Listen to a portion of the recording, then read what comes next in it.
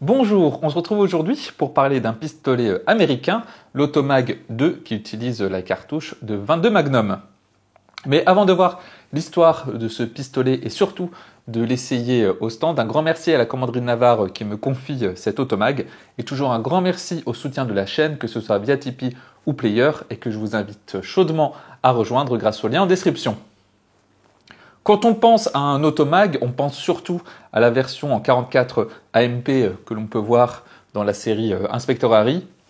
Mais l'entreprise AMT a également proposé un pistolet en 22 Winchester Magnum Rimfire, chose assez innovante pour l'époque. Cet Automag 2 est une curiosité qui est apparue dans les années 1980 grâce à l'entreprise AMT, AMT pour Arcadia Machine and Tool. C'est une entreprise qui est basée à Irwindale en Californie, et l'entreprise est surtout connue pour ses armes imposantes comme l'Automag en 44, comme je viens de le dire. Mais aussi, une autre spécialité de l'entreprise, c'était de reprendre des designs d'armes existantes tout en les fabriquant en acier inoxydable, ce qui à l'époque n'était pas vraiment très courant. Et AMT faisait partie de ce qu'on appelait les entreprises du Ring of Fire, c'est-à-dire un petit cercle d'entreprises situées en Californie qui était connu pour produire en masse des armes bon marché surnommées les Saturday Night Special. Et ces armes de souvent piètre qualité étaient associées à pas mal de crimes.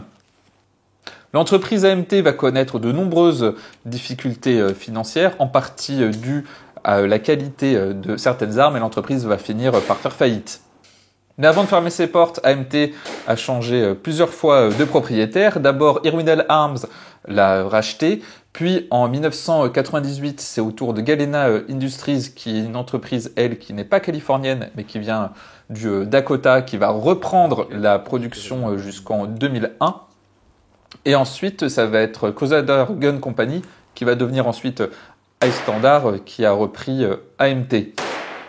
Néanmoins, l'entreprise et surtout ses armes sont assez connues, notamment grâce à différentes œuvres de pop culture. Je pense notamment au Hardballer, qui est la version du 1911 conçue par AMT, que l'on peut voir dans Terminator ainsi que dans les jeux Hitman, et bien sûr l'Automag en 44 AMP qui est devenu assez culte grâce à l'Inspector Harry. Mais on va revenir à l'Automag 2. C'est une arme qui est assez originale, car des armes aménagées pour cette cartouche à l'époque étaient quelque chose d'assez rare. Le 22 WMR est une version plus puissante du 22 long rifle, toujours à percussion annulaire, mais cette cartouche était surtout utilisée dans des armes longues, dont des armes à levier de sous-garde, ainsi que dans des revolvers. Et l'Automag 2 est le premier, ou du moins parmi les premiers pistolets semi-automatiques à utiliser le 22 Magnum.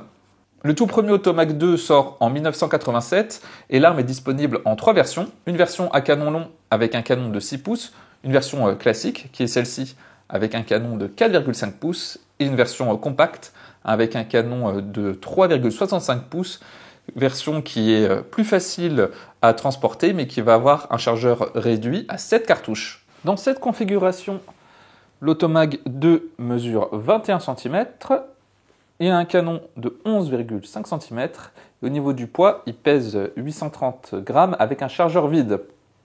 D'ailleurs, en parlant de chargeur, il a une capacité de 10 cartouches. J'ai pu lire sur internet qu'il avait une capacité de 9, mais honnêtement, j'ai eu aucun souci à en mettre 10 et il fonctionne très bien avec 10 cartouches. Et on peut remarquer que le bouton pour le retirer est situé à la base.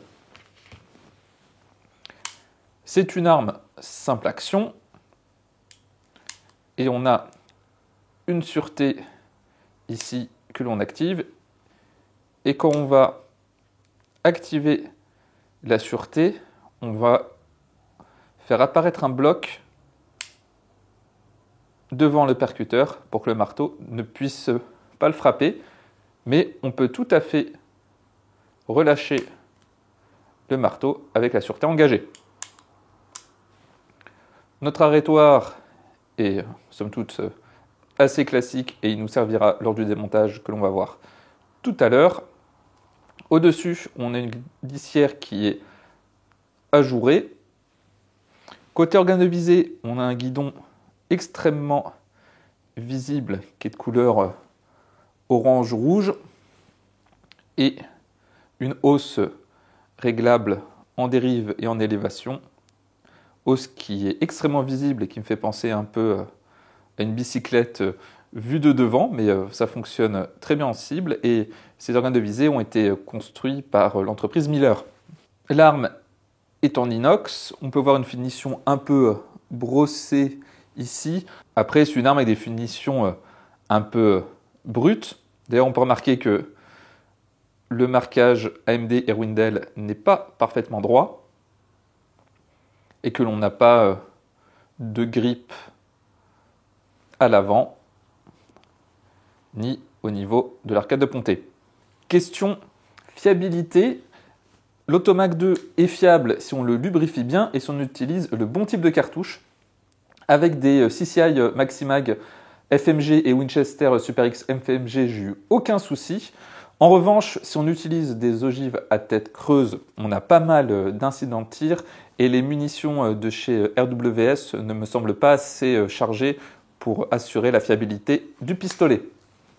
C'est parti pour essayer cette Automag en 22 Magnum. J'espère que la caméra va pouvoir bien capturer les flammes à la sortie du canon, car c'est assez impressionnant.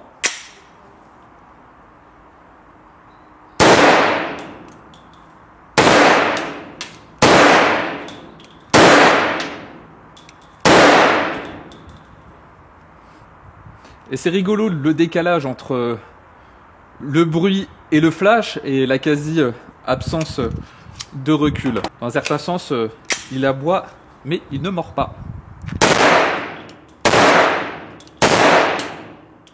L'Automag 2 est vraiment un chouette pistolet, franchement c'est très fun.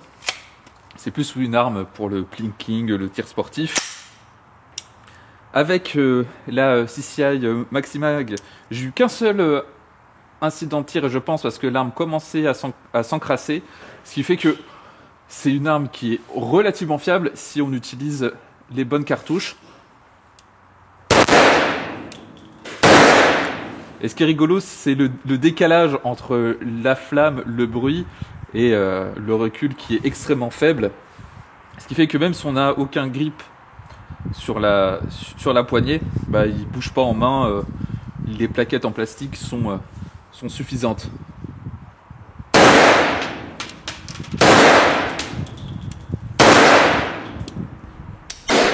Et on sent même la chaleur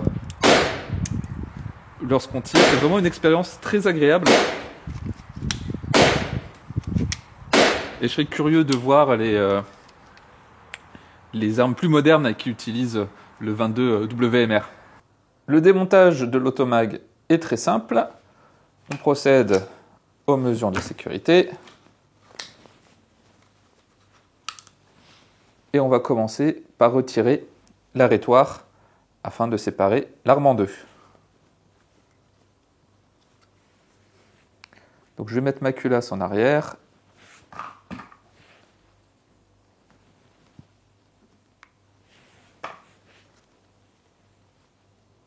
Je fais sortir légèrement l'arrêtoire, puis je le retire.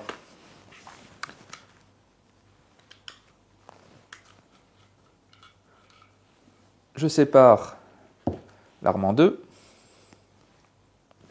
À l'avant, j'ai un bushing assez similaire à celui d'un 1911. Donc je vais appuyer sur l'extension ici et faire tourner le bushing. Je peux retirer l'extension, puis le ressort récupérateur et sa tige guide.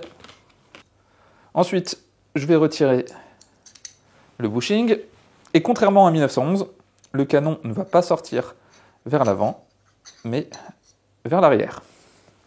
Comme vous pouvez le voir, on n'a pas de tenon de verrouillage sur le canon. L'Automag 2 utilise un mécanisme avec une culasse non calée.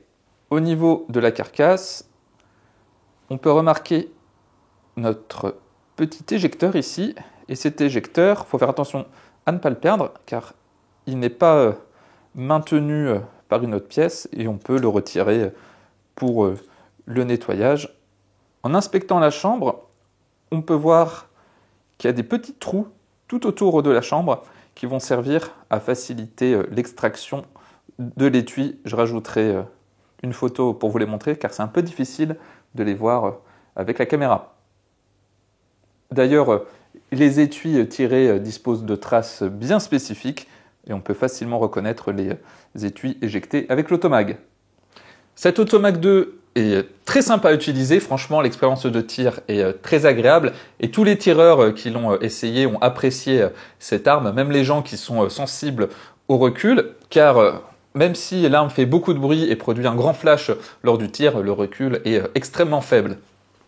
Depuis quelques années, j'ai l'impression qu'on assiste à un retour des armes utilisant le 22 Magnum, avec par exemple le Walther WMP ou le plus récent Smith & Wesson MNP 22 Magnum. Et je suis assez curieux de voir si cette mode restera et si j'aurai l'occasion de vous présenter d'autres armes dans ce calibre.